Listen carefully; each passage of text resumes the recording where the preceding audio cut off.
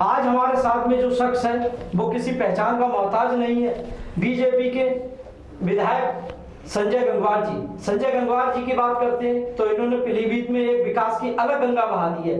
अगर पीलीभीत की हम बात करें, अगर हम पीलीभीत की बात करें तो पीलीभीत में लगभग 25 साल से कोई विकास का काम ही नहीं हुआ। संजय सिंह गंगवार जी ने विकास की एक लहर दिया और यहाँ तक कि लोगों के शिक्षा के लिए और यहाँ पे फैक्ट्री लगाने की भी प्रयास कर रहे हैं। और शिक्षा की बात करें तो शिक्षा के लिए मेडिकल कॉलेज का भी प्रयास करा और उसके लिए जमीन भी आवंटित करा दी गई है। बात करते हैं सदर विधायक संजय सिंह गंगवार जी से, आगे के विकास के उनके क्या है, रोजगार के लिए जो यहाँ से युवक हमारे बाहर जा रहे हैं उनके लिए क्या योजनाएं हैं। बात करते हैं संजय गंगवार जी, आपका बहुत बहुत स्वागत है इंडिया स्पीक में। जी पंकज जी प्रणाम। जैसे कि आप मेडिकल कॉलेज का भी आपने प्रयास करा है, उसको कितने दिन में हमारे पीलीभीत वालों को उपलब्ध हो जाएगा? देखिए, मैं जब पीलीभीत की जनता का सेवक बना तो मेरे 4 चीज़ें जो मेरे ड्रीम प्रोजेक्ट में थे, 4 प्रोजेक्ट मैंने ऐसे लिए कि जिनसे पीलीभीत विधानसभा के लोगों को ही नहीं बल्कि पूरे जनपद और जनपद के आसपास के लोग, बल्कि दूसरे प्रदेश हमारा पड़ोस में लगा है उत्तराखंड, उसको भी लाभ मिलेगा। उसी में एक मेरा मेडिकल कॉलेज का था।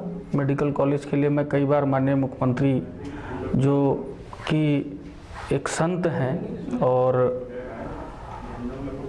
उस 30 करोड़ जनता ही उनका परिवार है उत्तर प्रदेश की, उन्होंने मेरे निवेदन पे मेरी प्रार्थना को स्वीकार किया और पीलीभीत के लिए एक मेडिकल कॉलेज दिया।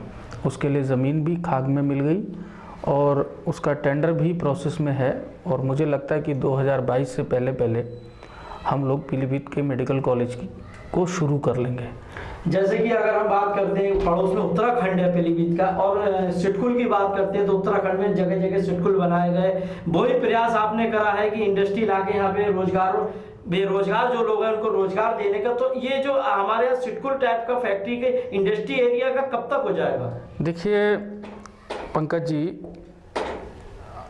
मैं बहुत गरीब परिवार से यहाँ तक पहुँचा।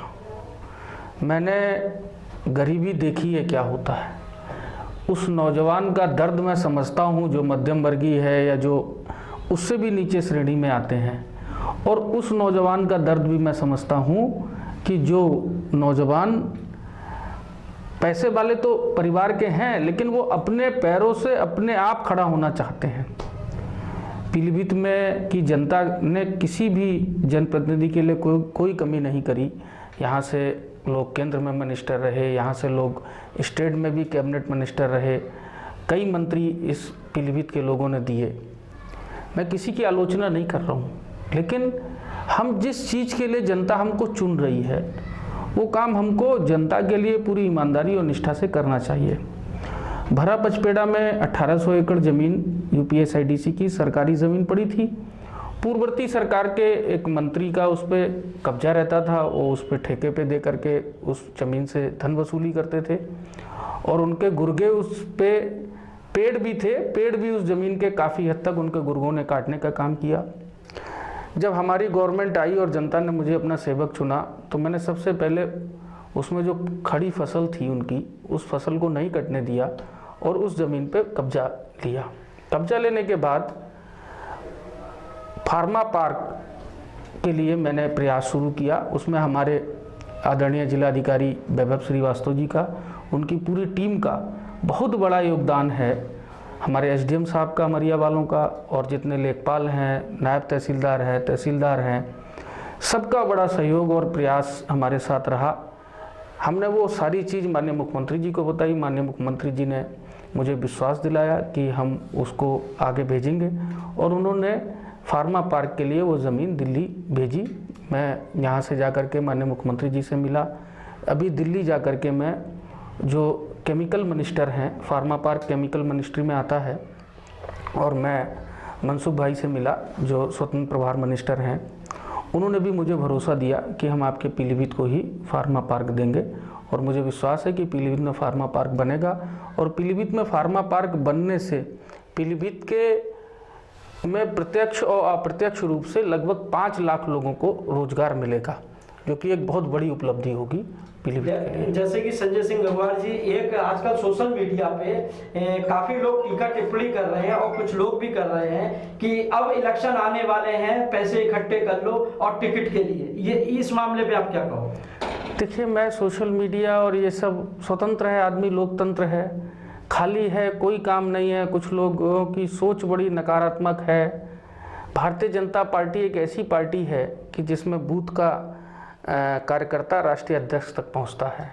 वो लोग दूसरी मानसिकता के लोग हैं। कभी समाजवादी पार्टी में रहे तो वहाँ के लोगों के खिलाफ बोले, उन्होंने जेल भिजवाया तो इधर आ गए, इधर से जेल गए तो उधर आ गए।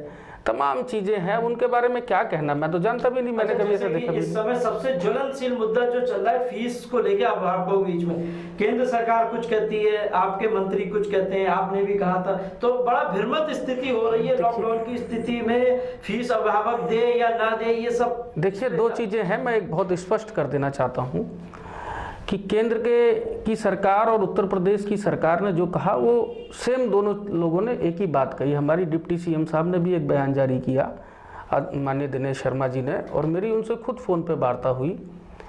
फीस माफ़ नहीं हुई, फीस का समायोजन किया जा सकता है। लॉकडाउन में तमाम जगह लोगों को परेशानियां हुई, दिक्कत हुई, कोई फीस नहीं एक साथ जमा कर पा रहा है, तो उसका समायोजन किया जाएगा। और मैंने ऐसा सोशल मीडिया पे एक वीडियो भी वायरल किया था कि अगर किसी को कोई समायोजन करने में कोई विद्यालय अगर कोई नहीं करता है तो निश्चित रूप से हम लोग उसके खिलाफ कार्रवाई कराएंगे। प्राइवेट विद्यालय का अपना एक एजेंडा होता है। प्राइवेट विद्यालय में उनके टीचर्स, बच्चों की फीस से उनको सैलरी मिलती है, तमाम उनके खर्चे हैं।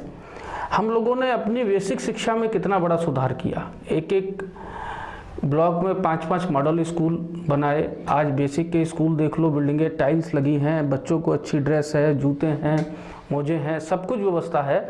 और आपको मैं आमंत्रित कर रहा हूं कि आप मेरे क्षेत्र में जो मॉडल स्कूल जो हैं, इनमें एक बड़ा है, ललौरी खेड़ा ब्लॉक पे एक मॉडल स्कूल है, आप जाकर के देखिए और उनके बच्चों से बात करिए, तो वो बच्चे इस ज़िले के सबसे अच्छे स्कूल जो इंग्लिश मीडियम स्कूल है उनसे कहीं पीछे नहीं है। ना वो इंग्लिश बोलने में, ना वो मैथ्स में, ना वो किसी अन्य सब्जेक्ट में, उनसे पीछे नहीं रहेंगे।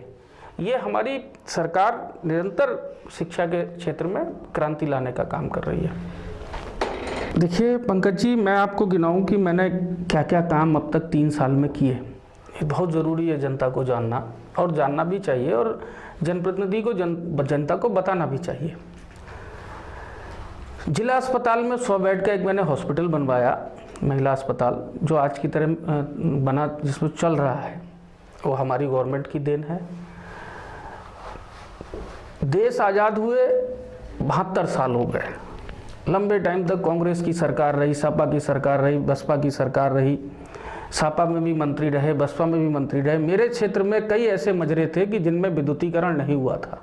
हमारी सरकार ने उनमें विद्युतीकरण कराने का काम किया। मैं कई गांव गिनाऊँ आपको, 2-4 गांव बता दीजिए। गांव हमारा धुंधरा है, विकासखंड अमरिया का, और डिंगारा है, और आपका ये किशनपुर गौटिया है लौरी खेड़ा ब्लॉक का, और आपका लुधपुरा है अमरिया ब्लॉक का, और डिगरी है खमरिया दलेलगंज का मजरा, वो भी अमरिया ब्लॉक का है। तमाम ऐसे गांव थे कि जिनमें विद्युतीकरण नहीं था। तो आप इससे अंदाज़ा लगा सकते हैं कि हमारा पीलीभीत क्षेत्र कितना पिछड़ा हुआ था। एजुकेशन के मामले में लोगों ने कुछ काम नहीं किया। मैंने अमरिया में एक ITI कॉलेज बन रहा है, निर्माणाधीन है, आप जाके देख सकते हैं। बिजली के विषय में पीलीभीत में बिजली के क्षेत्र में हमने बहुत काम किया। एक 285 करोड़ की लागत का सरदार नगर में हम एक अमरिया के लिए बड़ा प्रोजेक्ट बना रहे हैं, आपने देखा होगा, काम चल रहा है। हेल्थ सेक्टर में भी यहाँ हमारे जिला अस्पताल की इतनी अच्छी बिल्डिंग बनी हुई है, उसमें CT स्कैन नहीं था।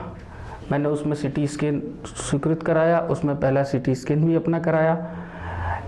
आपने देखा होगा जब पीलीभीत की एंट्रेंस करो ईदगाह वाले रोड से, वो रोड बड़ा ख़राब था। आप किसी भी घर में जाएं, अगर घर के एंट्रेंस खराब हो तो आदमी का मन खराब होता है। तो जब कोई बाहर का व्यक्ति हमारे पीलीभीत में आता था तो ईदगाह वाले रोड से आया तो उसका मन खराब हो जाता। अरे कहाँ आ गए, गाँव जैसी जगह है। उस रोड पर आज आप जाइए, आज उस रोड पे जब रात में जाएंगे तो लगेगा कि हम किसी बड़े शहर में जा रहे हैं। वो रोड मैंने बनवाने का काम किया। लालपुर से लेकर के सरदार नगर तक जो रोड इतना खराब था, जिसमें 3-3 फुट गहरे गड्ढे थे, उस रोड को मैंने बनवाने का काम किया।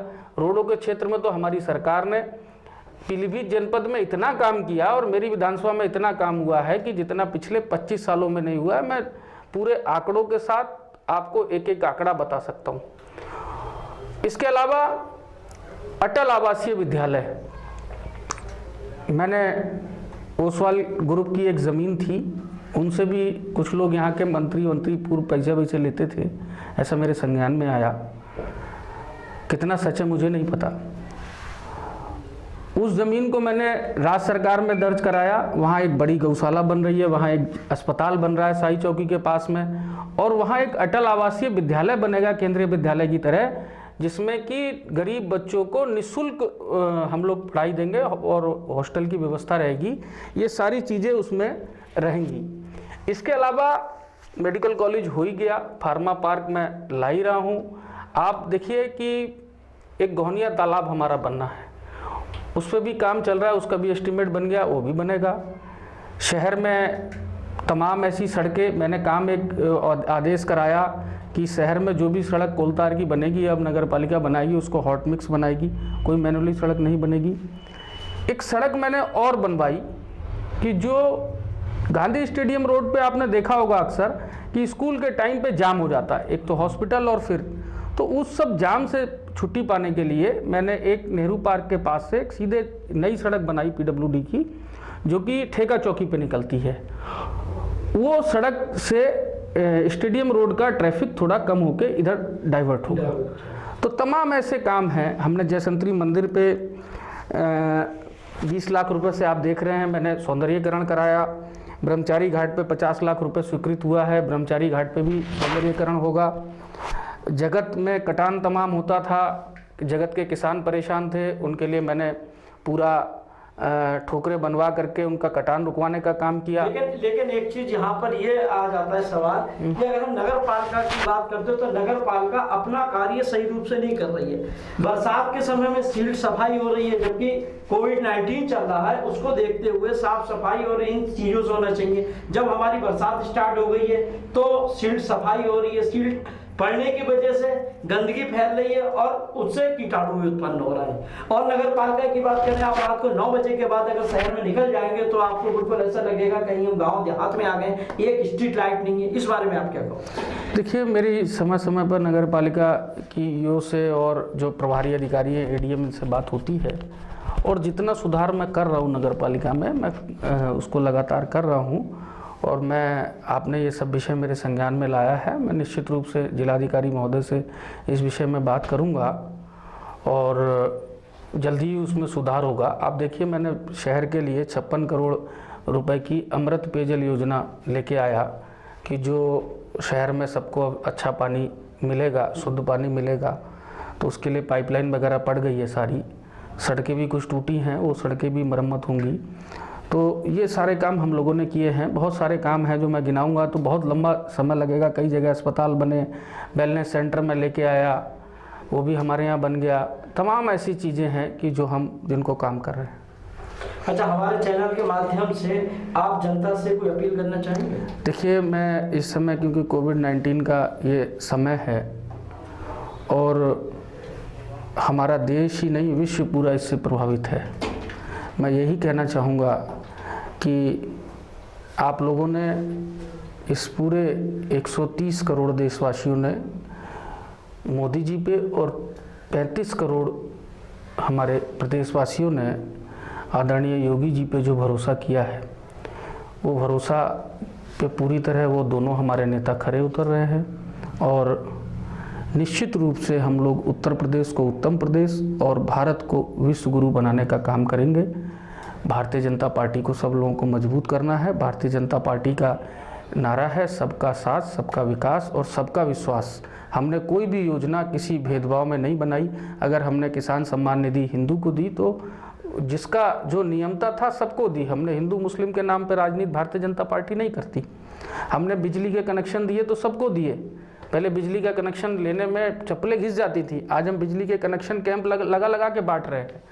तमाम ऐसी चीज़ें हैं कि, और आज हमने बिजली के क्षेत्र में कितना बड़ा काम किया। इसी अपने पीलीभीत में गर्मी के दिनों में बिजली नहीं आती थी, रोज़ आंदोलन होते थे। मेरे 3.5 साल के इस कार्यकाल में, लगभग 3.5 साल होने वाले हैं, 3 आंदोलन बिजली के लिए नहीं हुए होंगे। लोगों ने जनरेटर अब तक चलाए नहीं, इन्वर्टर से काम चल जाता है, अगर थोड़ी बहुत देर को लाइट चली गई, लोगों ने जनरेटर नहीं चलाए। तो ये बिजली के क्षेत्र में हमारी सरकार कितना बड़ा काम कर रही है, किसानों के हित में कितना बड़ा काम कर रही है। किसान परेशान हो जाता था, किसान सम्मान निधि मिल रही है। आज हम छोटे छोटे जो अपने रेहड़ी वाले हैं, खोंचे वाले हैं, ठेले वाले हैं, इनको बैंक के माध्यम से 10-10 हज़ार रुपये दे करके पुनः इनके पैरों पे खड़ा करने का काम कर रहे हैं।